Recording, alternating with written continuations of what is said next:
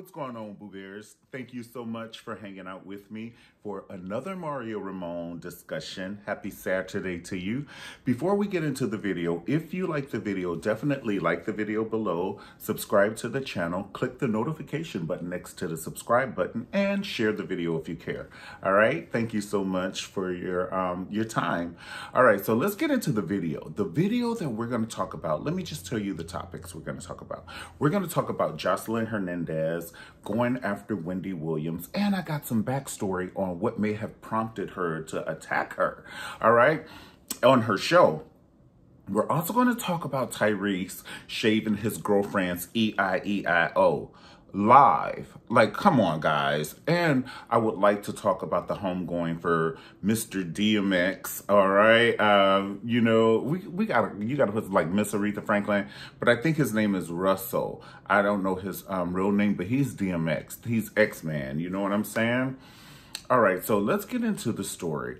We're going to start out with Joseline Hernandez and Wendy Williams, okay? Now, Joseline, she did keep it very Southern with this, you know, this Wendy Williams interview. She was calling her Miss Wendy.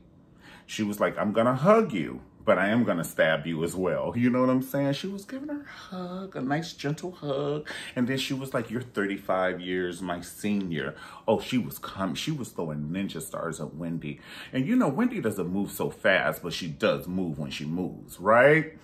So Wendy, she sat back on her shit. She was all cool like a cucumber, honey. She was taking Joseline's ninja stars. She was like, bitch, I can't wait for you to finish. And Joseline, she was just going ballistic like she does. And she was telling Wendy, she said, and I have the #1 show and all of that. And Wendy, she just sat back. She was like, oh, no, you don't, honey. And then Wendy didn't say anything. She was taking all the punches. And then at one point, Wendy just couldn't take it anymore. She was like, Joseline, shoe cam, bitch. And then Joseline just kept talking at her. And she said, I want to go to shoe cam. Now, this is my show. You know, now you may have that, but Wendy has an ego as well. And you're on my show, honey. This is not, you know, I don't mean no harm. This isn't Zeus, honey. And so that's exactly what Wendy said. She said, you don't have the #1 show on television. You have the #1 show on Zeus, honey. That's a little different. And then they just went back and forth. But the thing that I feel that prompted that, the tea that I feel that prompted that is the last time that Joseline was on the Wendy Williams show, I felt that Wendy did give shade in two different instances. And with one being when, you know, when Joseline said, you comparing me to another broad, it's Cardi B.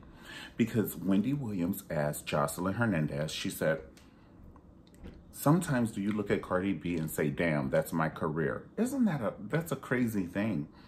What if someone told Wendy, do you look at Oprah and say, damn, that's my career? You know what I'm saying? Like, you are who you are. And Joseline was right for fighting for herself in that instance, saying, I created this. Like, you created Wendy and Oprah created Oprah. You know what I'm saying? So we all created our path. And she was like, I'm a producer of the show. You know what I'm saying? I still got a coin or two coming in. So I feel that. And then the other thing is when Joseline was trying to be cool, she was like, we can go out to a jazz club. She was just trying to make a connection. You know what I'm saying? And be cool with Wendy. And Wendy knew that. Wendy's like, I don't want to be cool with you. Because had that been Karen Huger, and Karen Huger said, oh, Wendy, we should go to a jazz club, Wendy would have jumped on it. You best believe it. You best believe it. And so Joseline was like, well, Wendy, we can hang out, you know, later on. And Wendy said, I don't want to hang out with you. And then Joseline was like, you know, she almost clutched her imaginary pearls, but that's the energy Wendy was given. The stank face, that stank walk, and the reckless ass face. I don't want to be with you. That's what the energy Wendy was given. And so Joseline still kept it peachy. She said, oh no, Miss Wendy, we can go to a jazz club. I don't listen to jazz. You don't eat sushi when you grow up either, but you try it and you might like it. You like caviar. She was just trying to, you know, and those two things I think infuriated Joseline. And so the next time, oh, you going to invite me to your show again, bitch? Game on. Let's go. How dare you? Let's go. Joseline went off like a Boeing 707. The next person is Tyrese, shaving his girlfriend's E-I-E-I-O on a live video. You really? Okay, let's talk about this. Let's not depreciate who we are, like as an artist. We don't want to. I don't want to see Pablo Picasso shave his girlfriend's E-I-E-I-O. I don't want to see Stepman shave Oprah's E-I-E-I-O. What is going on around here? Do you want to see a Yana Van Zant get her E-I-E-I-O shaved live by her boyfriend? What is it, Boys in the Hood Outside, part 2? Hold on. Let them go by, honey. It's distracting, but the show must go on like Patti LaBelle. You're moving too fast, honey. I don't know the words to the song. Next card, honey. Next card. Next card. Because I don't know the words to the song right now with these sirens in my ear. But you do not want to see, you know, like Stephanie Mills singing home, getting her E-I-E-I-O shaved by her boyfriend or her man. What is going on, Tyrese? Why would we do this? And then if you have children, nieces, and nephews and shit looking at you as a, you know, a role model, I'm just saying what had happened was, where they doing this at? Jeez, my knees. Come on now. And she letting you. She's sitting, okay. Okay. Okay, okay, okay, okay, okay, okay. Oh, dipping it and shit. No, where are your uncles?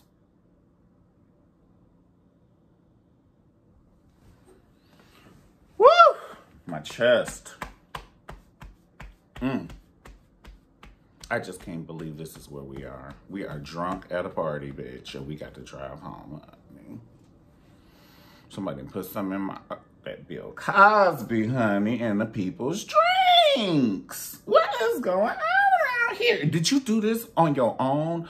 Did you do this on your own? Or was like Al Pacino on the side of you with a gun, like holding a gun up to you like, hey, you better do this video, or like, come on.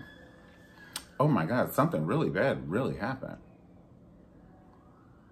Do you hear this? What is going on, child? Okay, so this is the team, and you know that once they get there, they ain't gonna know how to handle it because those shit happen. I am not gonna say that because I might need them, so I'm gonna shut up. But I ain't gonna do nothing. So the next thing I would love to talk about is DMX Homegoing. I just thought it was like, it was royal. It was hip hop royalty. You know, the way he went on the trucks and his casket, and he paraded, and you know, everybody was just there to support. His ex-wife was with his girlfriend, and they hugged and loved, and it was just a full circle moment of who he was.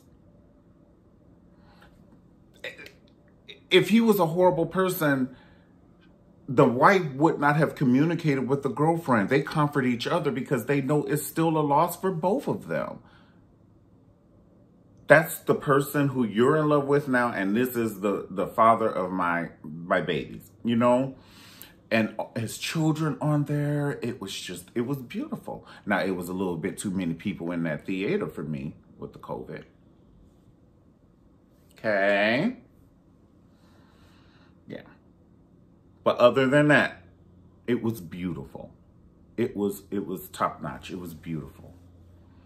And I don't know. That's pretty much all I wanted to talk about. Rest in peace, you know, DMX. You know, I remember just my brother going ballistic. Like, you know, a lot of, like, when you, so I'm be honest. I know DMX music. Come on, I wasn't born in a cave in Arkansas, but it's not like I know the full song, the words of full songs. You know what I'm saying? You can't know that and the full words and ad-libs and a vision of love. You know what I'm saying? You got to pick one. So I'll pick Vision of Love. You know what I'm saying? So, but I do know DMX. You know, DMX, what you really want? What you really want? And then, but my thing is, I loved the interviews of DMX more is what I'm trying to say. His music was in my peripheral vision, but his when he speaks, you know, it may not even be a full sentence, but I get it sometimes, you know, because when he was on a Yellow Van Zant, he was talking to his son, and his son was like, well, I feel that you don't listen to me. I don't listen. I mean, what? They're like, tell me what? When?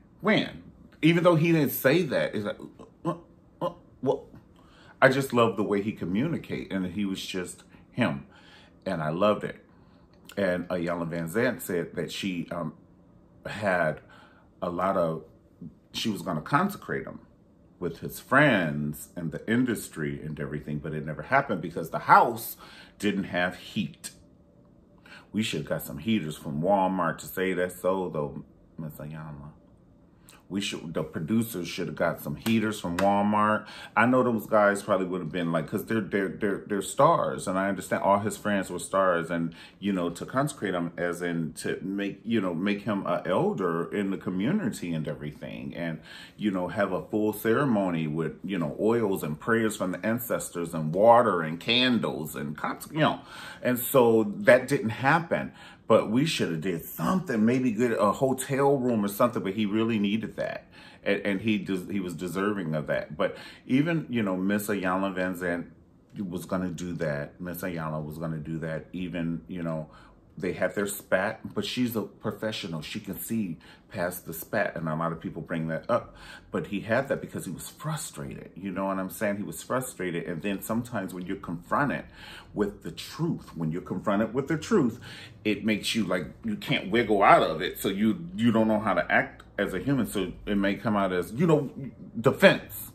So, but I just say that I wish they had did that consecration.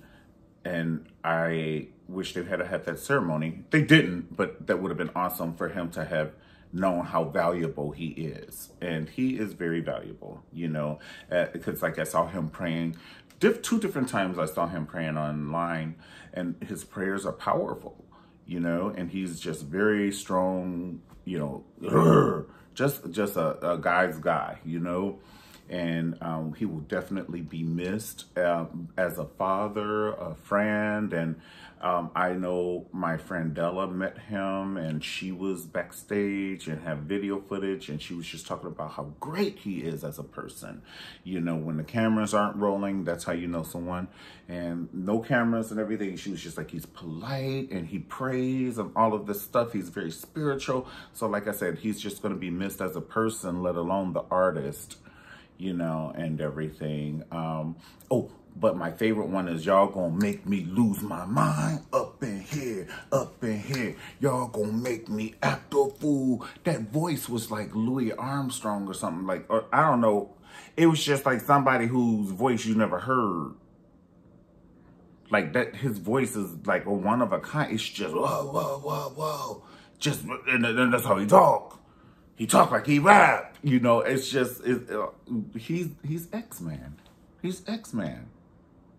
Come on, guys. He's going to definitely be missed. He's an amazing human. Just an amazing guy. All right, guys. Well, thank you so much for hanging out with me for another Mario Ramon discussion. I pray you're having a good Saturday. Have a great, safe Sunday, and I'll talk to you again probably tomorrow evening for the reviews. All right. God bless you. Peace.